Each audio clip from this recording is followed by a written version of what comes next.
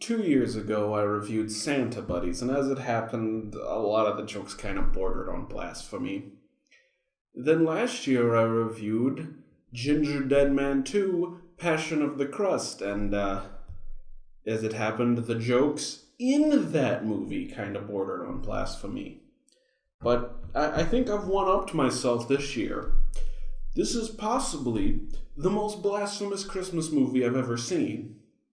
And it's approved by the Dove Foundation? There were some movies, terrible movies, movies so awful, no one would touch. Then came a Matthew, sad little Matthew. Matthew decided these movies to watch. For every good movie, there's at least 10 bad. Matthew gonna drag himself through the crap to find the worst ones there are to be had. Today's episode, Christmas is here again. Happy goddamn Lemmy's birthday. I am called Matt, and this year we're looking at something that I think is supposed to be a good, wholesome Christian movie, but isn't. Christmas is Here Again is a 2007 animated film from Renegade Animation, a studio with some solid work under their belt, including the Cartoon Network hit movie Reanimated, as well as intros to a few Cartoon Network shows. They also made Chopkick Panda, Tippy Toes, and Puss in Boots a Furry Tale. Yep. In fact, those last two were written by Christmas is Here Again's director Robert Zappia, though this is his only directing credit. He also wrote Halloween 20, my favorite in the whole series. I think this is the biggest cast I've ever talked about. Ed Asner, Kathy Bates, Brad Garrett, Norm Macdonald, even Andy Griffith in his penultimate role as Santa. And weirdest of all, the movie is narrated by Jay Leno. You think you've heard all the Christmas stories there are to hear, right? One very special reindeer with a red nose that glows so bright. Did you guys know he played the Crimson Chin? I didn't. That's hilarious. But odds are even those of you thoroughly schooled in Christmas storyology haven't read about this story in any book or heard it sung about in any song. No, sir, not this tale. Because it's really shitty. For this is the story of Santa's most precious prized possession. His giant sack. No, seriously, this movie is about his sack. Hope you guys like testicle jokes. Oh god, that animation. I've certainly seen worse, but man, it just looks cheap. Bet you're wondering how Santa fits all those toys into one little threadbare sack. Tell me, why is his sack so big? You see, every Christmas Eve, St. Nick delivered gifts from the magical sack to boys and girls around the world, just as he did the year before that, and the year before that, and the year before that. And that's how it went, decade after decade, century after century, until one gloomy eve of Christmas Day, when everything changed. When Santa got tired of the mundanity of life and finally put a bullet in his head. And apparently the North Pole is so festive the squirrels wear Santa hats. We'll be right back with A Very Pablo Picasso Christmas. Seriously, what is this perspective? Snowflakes falling to the ground. Next.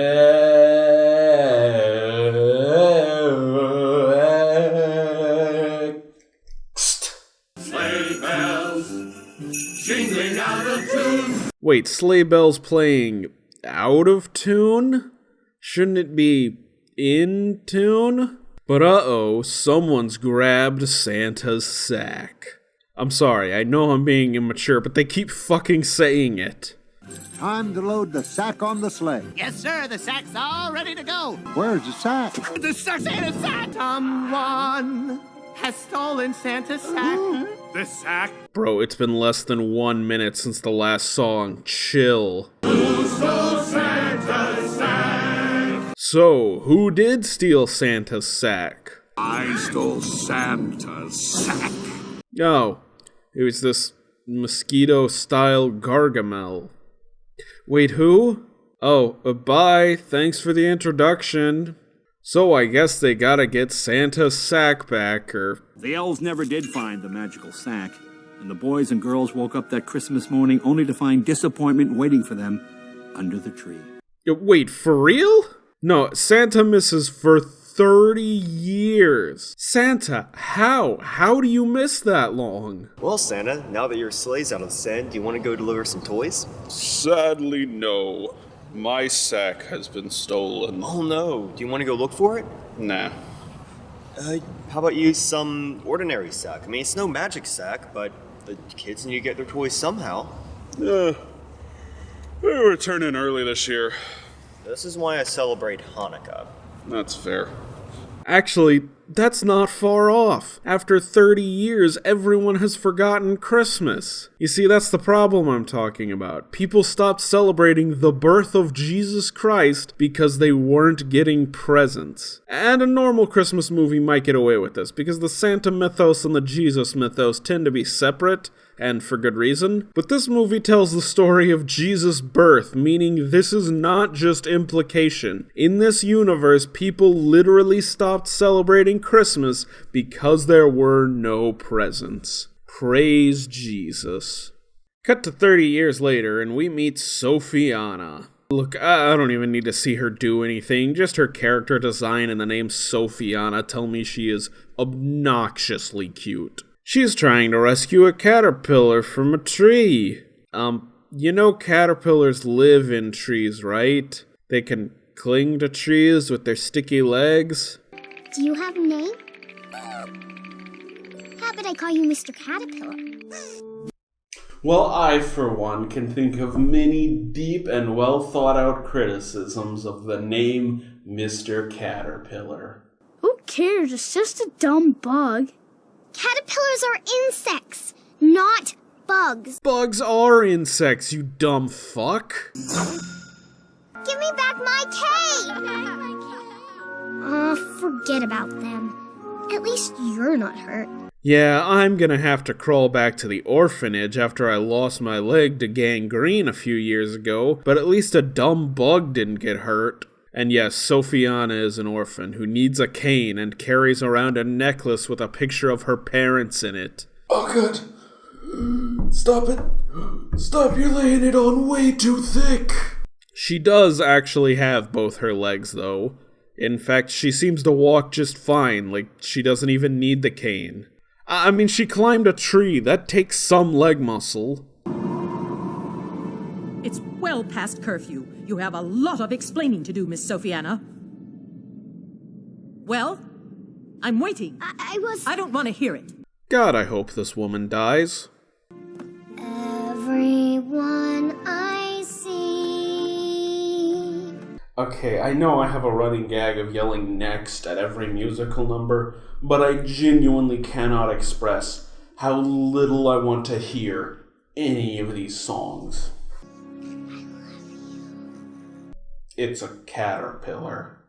The next day, the orphans have bad, sloppy food, but the evil caretaker gets a nice, expensive breakfast. And didn't Jay Leno say I'd never heard this story before? And don't come out until morning. But the visitors, it's adoption day. Child, do you honestly think they'd ever pick you over any one of these healthy children? What, the happy, upbeat little girl with big, poofy golden locks? Yeah, who would adopt her? She's got a bum knee.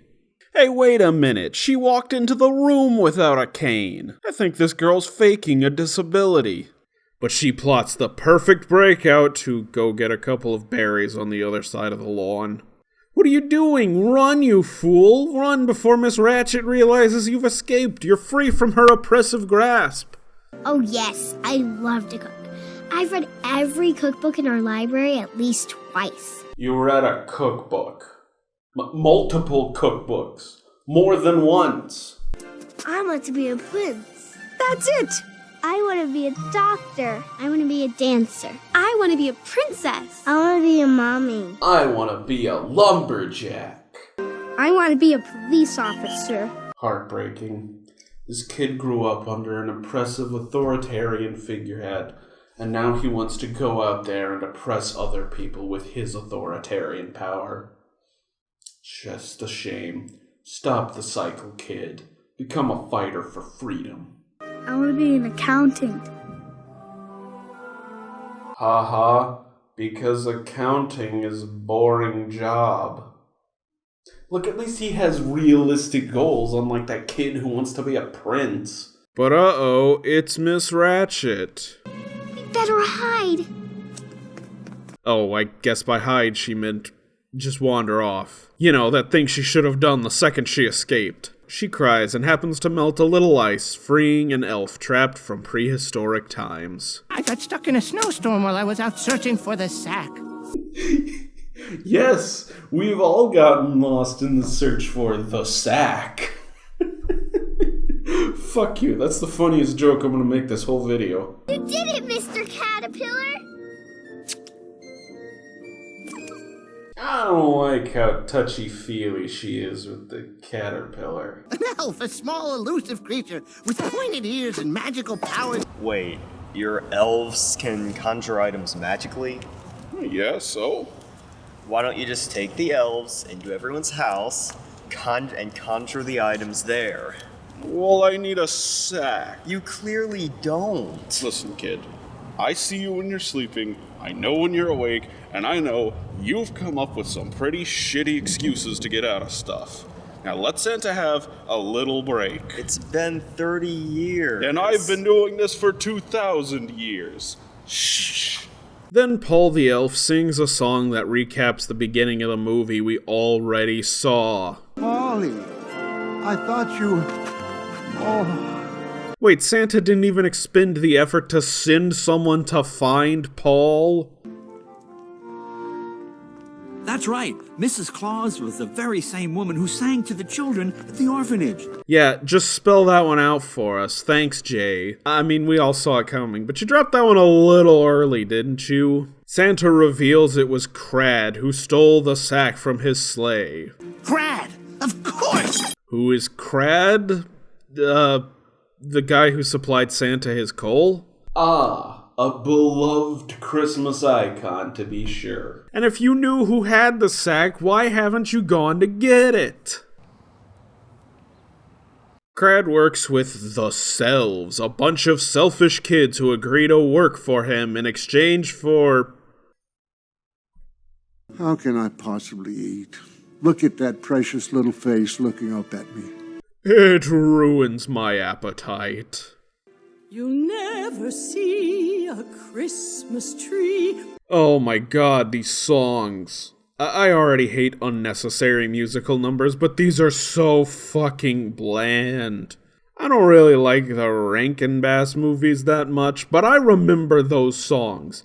They are fun and memorable and really get at the heart of these characters. These songs serve little purpose aside from stretching this to feature length. At least it's somewhat consistent. A lot of Christmas specials have 1 or 2 songs and that's it. But I would almost rather have that happen if we're gonna be this low effort. Sophia decides to go poking around in Santa's workshop. And by poking around, I mean standing there. I showed you where we kept the sack. Don't show kids where you keep the sack. Santa's sack is made from the swaddling clothes that we use to wrap the baby Jesus in a manger.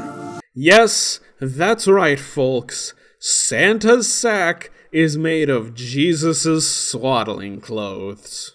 Isn't that a little sacrilegious?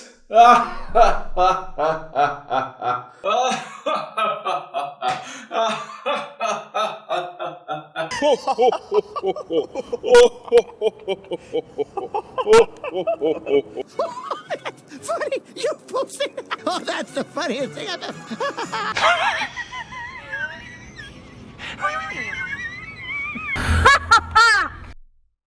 Wasn't that funny? Oh no, I can't go back there. Not now, not knowing how wonderful things will be once we find Santa's sack. Oh, sweetie, you are setting yourself up for disappointment. I'll go with you. Who said that? Dasher, was that you? Nope, wasn't me. Just kidding. Talking reindeer would be ridiculous. It was me, down here. Got him! Yeah, why can this guy talk and the other reindeer can't? We have to find it, because one day I'm gonna help pull Santa's sleigh. You? Pull Santa's sleigh? Dude, he's like 6. You know reindeer get bigger, right? He's not gonna be this small forever. Come on, Sophiana, come. Oh, fine. You go ahead. I'm staying right here and having a nice big meatball sandwich. Is this a joke? What is the setup? Does he like meatball subs? I mean, who doesn't? But where was that established? Where did he get that meatball sub? Why is it funny that the reindeer eat the meatball sub?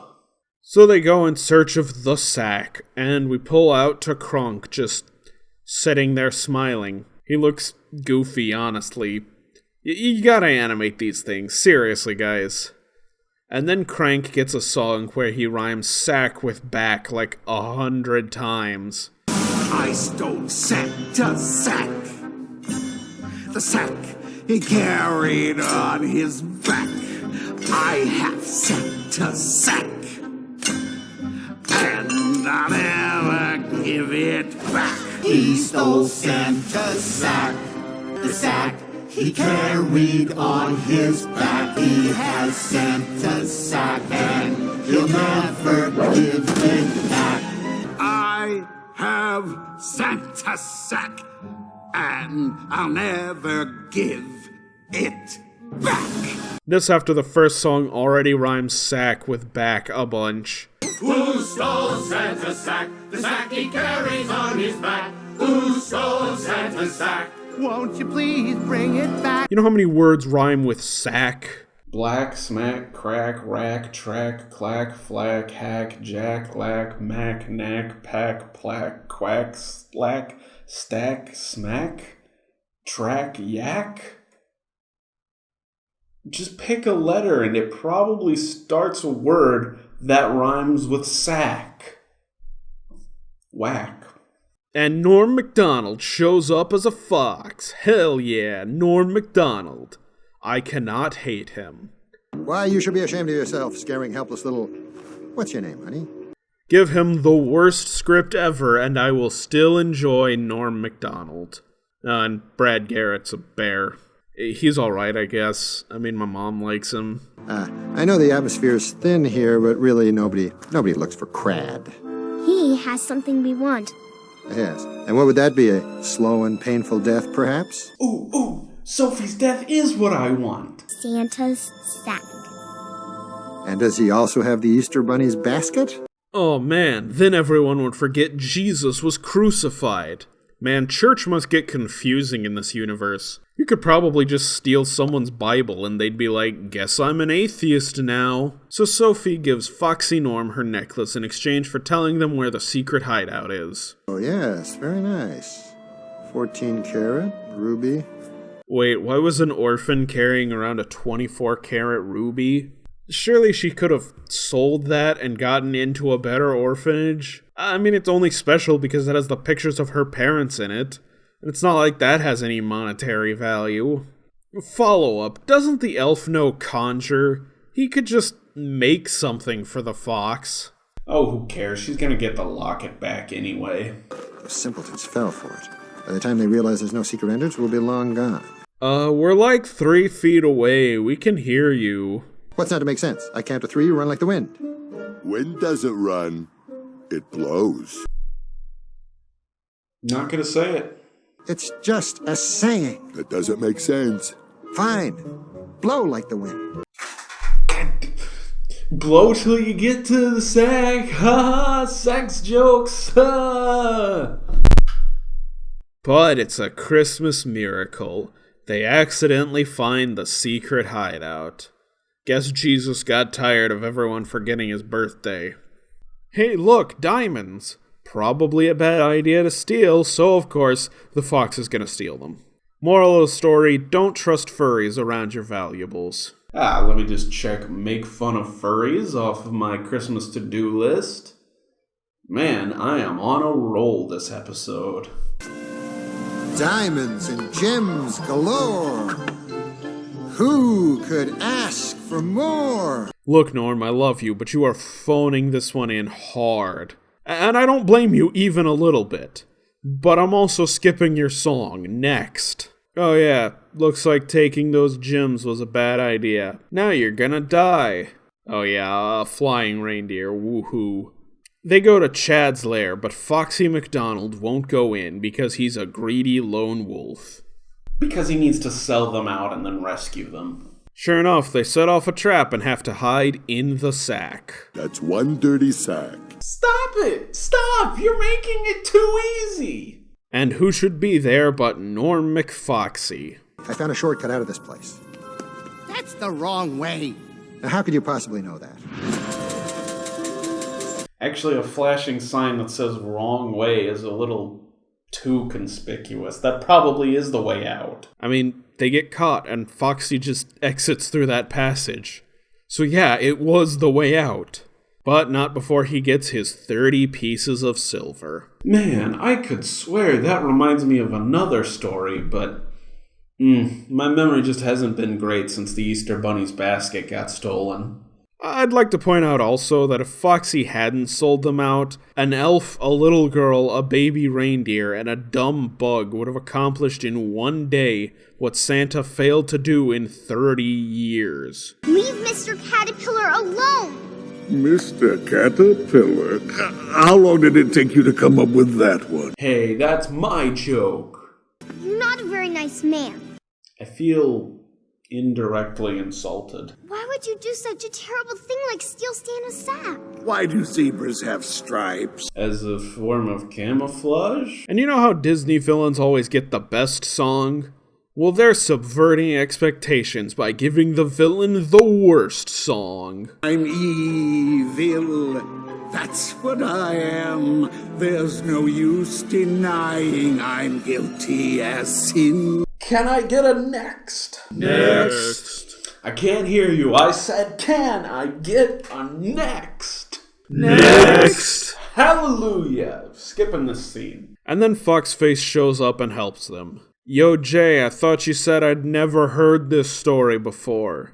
In fact, it's so derivative that even among Christmas movies, this exact setup happened in 1998's Rudolph the Red-Nosed Reindeer. Santa's nemesis sings a song about being evil, a fox shows up, steals the key from a sleeping guard, frees a polar bear, a reindeer who wants to be on Santa's sleigh, and a little girl. Although the little girl was also a reindeer, and there was no elf, so I guess that makes it totally original. Shh!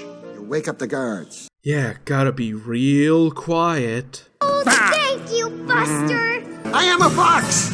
Or not. They try a daring escape, but after hitting a mechanical bird with her cane, Soph falls to her death. You know, there's less than 10 minutes left in this film. If I wanted to, I could just end the review there. No, I have to talk about how shallow this ending is. They crush Crad and that's it. He's gone from the movie. Never even mentioned again. That's their epic climax.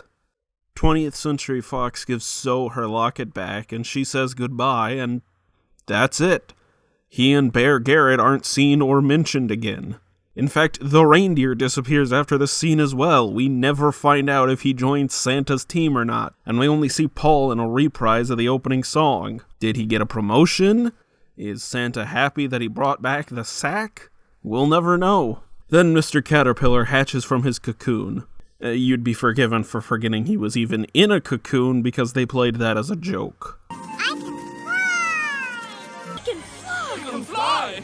He can talk. And that's it. He flies away and is gone from the movie. These aren't one-dimensional characters. These are one-use props that can be dropped from the movie without closure, and it doesn't even feel that out of place. Paul is here for exposition, Star Fox is here to cause conflict, the reindeer is here in case anybody falls to their death, Mr. Caterpillar is a dibby, and Brad Barrett is here for...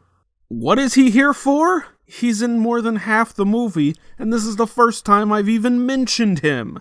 He does sum up the movie pretty well. We'll never ever forget you either. Who is that?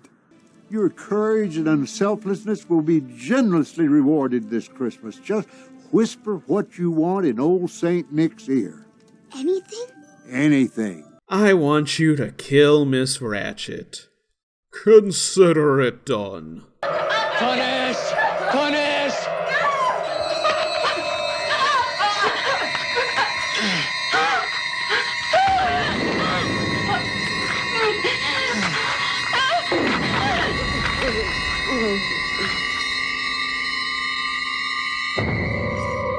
And then everyone starts celebrating Christmas again.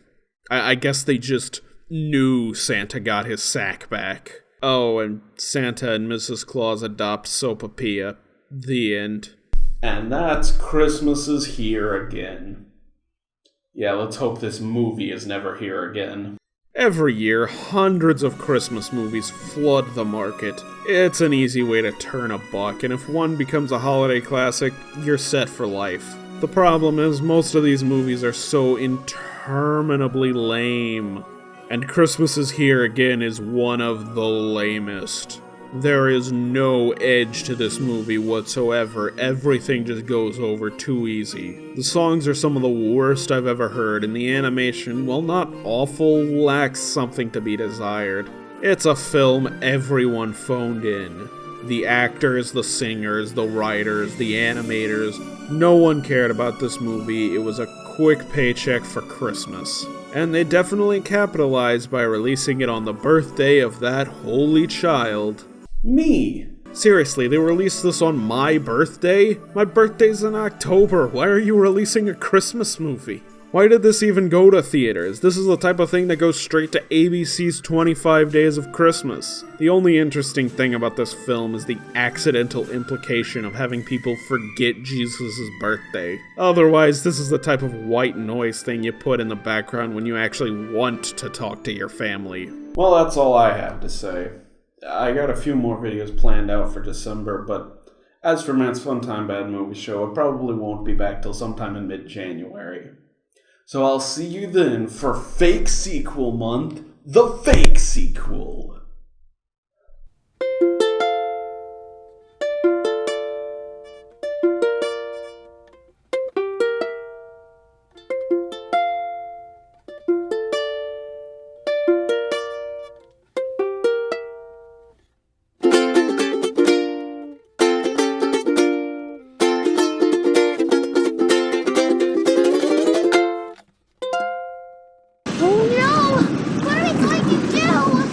Punch 1,000 feet to a fiery death?